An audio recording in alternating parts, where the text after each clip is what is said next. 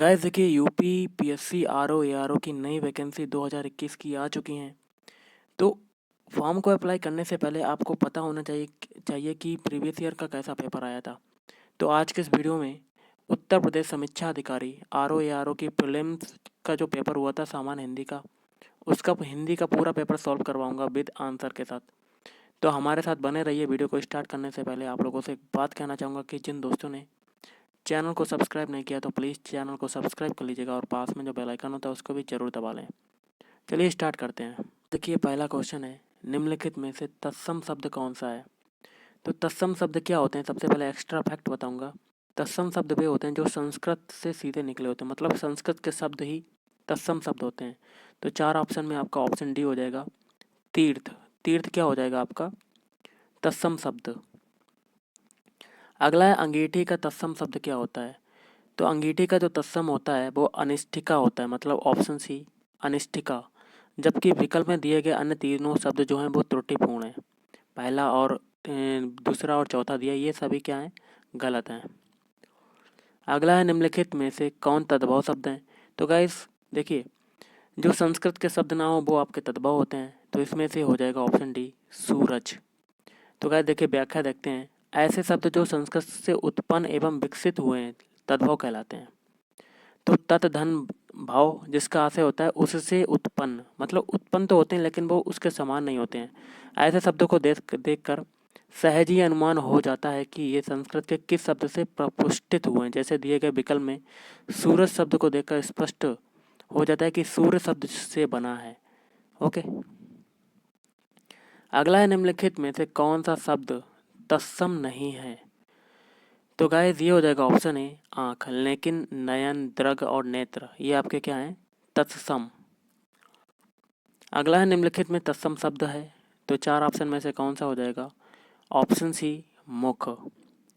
तो देखिए दिए गए विकल्प में मुख तत्सम शब्द है, जबकि इसका तद्भव जो होता है वो मुंह होता है। और अन्य विकल्प जैसे कान जीभ दांत ये सभी तद्भव हैं, जिसका तत्सम रूप क्रमशः होगा कर्ण। मतलब कान का होता है कर्ण, जीभ का होता है जीहा और दांत का होता है दंत। अगला है निम्नलिखित में से कौन शब्द तद्भव है। तो ऑप्शन डी भंवरा। देखिए निर्दिष्ट विकल्पों में मधुप मधुकर और भ्रमर ये दिया है, मधुर भ्रमर और मधुकर ये क्या है, तत्सम शब्द हैं। जबकि भंवरा जो है वो तद्भव है। और भंवरा का जो अगर तत्सम पूछा जाता है भंवरा का तो वो होता है भ्रमर। अगला है सिंगार शब्द का तत्सम क्या होगा। तो सिंगार शब्द का तत्सम होगा ऑप्शन सी श्रृंगार। सिंगार शब्द का तत्सम रूप होता है श्रृंगार, जबकि अन्य विकल्प त्रुटिपूर्ण है। ओके, हल्दी शब्द का अगर तत्सम पूछा जाता है तो हल्दी का क्या होगा, ऑप्शन बी हरिद्रा। हरिद्रा होता है हल्दी शब्द का। जबकि अन्य तीनों विकल्प जैसे कि हरदी हल्दिका हरदिरका ये सब त्रुटिपूर्ण है। अगला क्वेश्चन है गेहूं शब्द का तत्सम क्या होगा। तो गाइस गेहूं शब्द का होता है गोधूम, मतलब option A is right answer. अन्य विकल्प जो हैं वो असत्य हैं, जैसे गोहू गोधुम गोहुम ये सभी गलत हैं। अगला है खंडहर का तत्सम शब्द कौन सा होगा। तो ये होता है ऑप्शन सी खंडग्रह। तो ये तत्सम होता है खंडग्रह, ना कि अन्य दिए गए विकल्पों वाले शब्द खंडगर खंडहर खंडहार ऐसे ये सब गलत हैं। अगला है भय श्रेष्ठ उपासक है में विशेष क्या होगा। ऑप्शन सी उपासक। देखिए जो शब्द संज्ञा या सर्वनाम की विशेषता बताता है उसे विशेषण कहते हैं, एडजेक्टिव। ओके, तथा विशेषण जिसकी विशेषता बतलाता है तो उसे विशेष्य कहते हैं। जैसे कि आपका दिया हुआ है उपासक, ये आपका हो जाएगा विशेष्य। अगला है भले और महान लोग उचित और संयमित व्यवहार करते हैं। तो ऑप्शन डी चार विशेषण और दो विशेष्य। तो उपयुक्त वाक्य में कितने विशेषण हैं, तो चार तो आपके एडजेक्टिव हो जाएंगे और दो विशेष्य हो जाएंगे। जैसे व्याख्या देखते हैं, दिए गए विकल्प में चार विशेषण और दो विशेष्य हैं। भले और महान ये आपके क्या हैं, एडजेक्टिव या कह सकते हैं विशेषण। उचित और संयमित विशेषण है और लोग व्यवहार ये क्या है आपके विशेष्य। मतलब चार आपके विशेषण मिल गए और दो विशेष्य मिल गए। अगला है यह गाय अधिक दूध देती है, उक्त वाक्य में अधिक विशेषण किसकी विशेषता बता रहा है। ऑप्शन बी दूध की। आपकी व्याख्या इसकी देखते हैं। दिए गए विकल्प में अधिक शब्द जो है दो दूध की विशेषता बतलाता है, ना कि गाय की। तो अधिक एवं कम परिमाणवाचक हैं। अगला क्वेश्चन है आपका, विद्वान व्यक्ति पूज्य होते हैं में प्रयुक्त विशेषण कौन सा है? तो विद्वान व्यक्ति पूज्य होते में गुणवाचक विशेषण है। तो option B is right answer. अगला देख लेते हैं, निम्नलिखित में से कौन शब्द विशेषण नहीं है? तो गाइस देखिए ऑप्शन डी हो जाएगा विषाद। ये आपका विशेषण नहीं है। और इसकी व्याख्या क्या है? दिए गए विकल्पों में उत्कृष्ट, निकृष्ट और धृष्ट शब्द विशेषण है, जबकि विषाद जो है वो विशेषण नहीं है। ओके। अगला, निम्नलिखित शब्दों में से जो शब्द विशेषण नहीं है उसका उल्लेख करें। तो ऑप्शन डी मानस। दिए गए विकल्प में सज्जन, दुर्जन, सुकुमार विशेषण शब्द हैं, जबकि मानस जो होता है वो विशेषण नहीं, अपितु यह शब्द कर्म का घोतक होता है। अगला, निम्नलिखित में से कौन सा शब्द विशेषण नहीं है? तो गाइस ऑप्शन डी तुम। देखिएगा, व्याख्या देखते हैं। आगामी, काला और शांत ये विशेषण शब्द हैं, जबकि तुम जो है वो पुरुषवाचक सर्वनाम है। और ऐसे सर्वनाम जो किसी पुरुष या व्यक्ति स्त्री के लिए प्रयुक्त होते हैं पुरुषवाचक सर्वनाम कहलाते हैं, जैसे मैं, हम, तू, तुम, आप, वह, वे, यह और ये। अगला है विशेष शब्द कौन सा है? 4 ऑप्शन से। तो क्या देखिए, लघु जो है वो आपका विशेष शब्द है। Option D is right answer. लेकिन लाघव इसका विशेषण होता है। ओके। अगला है, निम्नलिखित में विशेष पद कौन सा है? तो कालिमा, महिमा और मधुरिमा ये तो आपके हो जाएंगे आपके विशेषण, जबकि उमा जो है वो विशेष से हो जाएगा। Option A is right answer. निम्नलिखित में विशेषण पद है। तो गाइस, तो विशेषण हो जाएगा आपका ऑप्शन ए उपासना। जीव का पर्याय क्या होता है? तो ऑप्शन बी रसना। क्वेश्चन है, कौन सा शब्द अहि का पर्यायवाची नहीं है? तो गाइस देखिए, दिए गए विकल्पों में अहि का पर्यायवाची शब्द सिंदूर नहीं है। तो देखिए option D is right answer. ये नहीं होता है, लेकिन सिंदूर का आशय जो होता है वो हाथी से होता है, जबकि अहि, उरग, सरीसृप, पवना सर्प के पर्यायवाची होते हैं। ओके। नैसर्गिक का पर्यायवाची क्या होगा? तो नैसर्गिक का पर्यायवाची होता है प्राकृतिक। Option C is right answer. जबकि जो पहला दिया है सत्कृत, चमत्कृत, चतुर्दिक का नैसर्गिक सबसे कोई लेना देना नहीं होता है।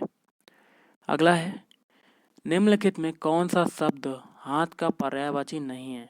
देखिए, हाथ का पर्यायवाची होता है कटी, जो कि आपका ऑप्शन है।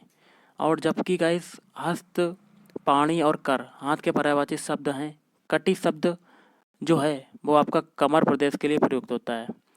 और बाकी के जैसे कि हस्त, पाणी और कर ये हाथ के पर्यायवाची हैं, इसमें पूछा गया नहीं है तो वो हो जाएगा कटी। अगला है, निम्नलिखित में कौन सा शब्द सूर्य का पर्यायवाची नहीं है? तो गाइस देखिए, सूर्य का पर्यायवाची शब्द होता है प्रभाकर, दिनकर, दिनेश होता है। देखिए, प्रभाकर, दिनकर और दिनेश ये तो हैं, लेकिन ऑप्शन बी वाला दिवाकर सूर्य का पर्यायवाची नहीं है। चांदनी का पर्यायवाची शब्द नहीं है। तो गाइस देखिए, मयंक चांदनी का पर्यायवाची नहीं होगा। जैसे कि चंद्रातप, कौमुदी और ज्योत्सना ये आपके चांदनी के पर्यायवाची नहीं हो जाएंगे। निम्नलिखित में कौन सा शब्द सरस्वती का पर्यायवाची नहीं है? तो गाइस पद्मा। ओके। तो option C is right answer. Padma आपका नहीं होगा, लेकिन वीणा, पाणी, महाश्वेता और भारती ये आपके सरस्वती के पर्यायवाची हो जाएंगे। और जनार्दन किसका पर्यायवाची है? तो जनार्दन होता है विष्णु का पर्यायवाची। तो ऑप्शन सी। और जनार्दन के अन्य पर्यायवाची जो हो जाएंगे आपके हरि, लक्ष्मीकांत आदि। तो गाइस अगला देख लेते हैं, निम्नलिखित में कौन सा शब्द समुद्र का पर्यायवाची नहीं है? तो गाइस देखिए, दिए गए विकल्प में समुद्र का पर्यायवाची पयोधी, जलधि, बारिधि होता है। तो ऑप्शन ए और ऑप्शन सी और ऑप्शन डी तो हैं, लेकिन इसमें पूछा गया नहीं है, तो ऑप्शन बी जलद ये आपका नहीं होगा। निम्नलिखित में शिव का पर्यायवाची शब्द है। तो ऑप्शन बी रुद्र, लेकिन शिवालय, रुद्राक्ष, हरि ये आपके शिव के पर्यायवाची नहीं है। अगला है, अथ का विलोम क्या होता है? तो अथ का विलोम होता है इति। तो option C is right answer. जबकि पूर्ण का अगर विलोम पूछा जाता है तो पूर्ण का होता है अपूर्ण, समाप्त का होता है आरंभ और खत्म का होता है शुरू। अभिज्ञ का विलोम क्या होगा? तो अभिज्ञ क्या होगा? विलोम अनभिज्ञ। और गाइस देखिए इसमें देखिए दिया हुआ है ऑप्शन है अज्ञ, जबकि अज्ञ का विलोम होता है विज्ञ। चूंकि विकल्प में अनभिज्ञ नहीं दिया गया था, अभिज्ञ का अज्ञ हो जाएगा। तो अभिज्ञ का अगर पूछा जाए तो वो आप अज्ञ भी लगा सकते हैं। अगला है कृतज्ञ का विलोम क्या होगा, तो कृतज्ञ का विलोम होता है कृतघ्न, मतलब ऑप्शन सी। जबकि जड़ का चेतन होता है, संवेदनहीन का संवेदनशील, और अकृतज्ञ का होगा कृतज्ञ। संकीर्ण का विलोम क्या होगा, तो संकीर्ण का होगा विस्तीर्ण, जबकि ना कि विस्तार। विस्तार नहीं होगा, संक्षेप नहीं होगा, ना कि विकीर्ण होगा, विस्तीर्ण आपका आंसर हो जाएगा। अगला क्वेश्चन है अनुरक्ति का विलोम क्या होगा, तो अनुरक्ति का होगा ऑप्शन बी विरक्ति। और गाइस जो जैसे कि विराग और तिरोभाव और संसक्ति, ये आरवी भाव होता है। सापेक्ष का विलोम क्या होगा, तो सापेक्ष का होगा आपका निरपेक्ष, तो option C is right answer. Okay, और जबकि जैसे ऑप्शन ए दिया है असापेक्ष, निष्पक्ष, आपेक्ष शब्द का आशय होता है बिल्कुल प्रश्न से असंबद्ध है। विग्रह का विलोम क्या होगा, तो गाइस ऑप्शन ए संधि।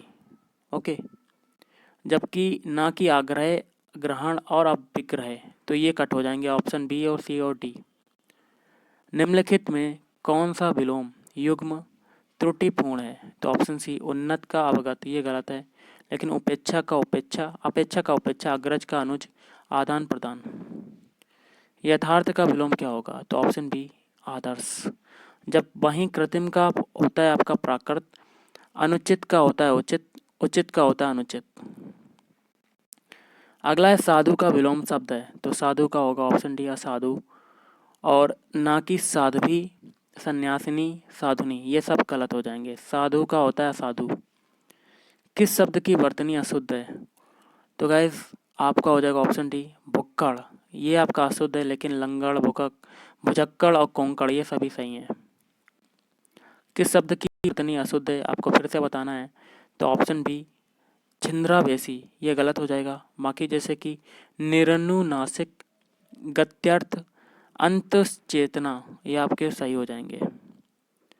अगला है कौन सा वाक्य शुद्ध है, तो आपको बताना है ऑप्शन डी तुम्हें कल कुछ हो जाए तो मैं कहीं का नहीं रहूँगा, ये वाला शुद्ध हो जाएगा।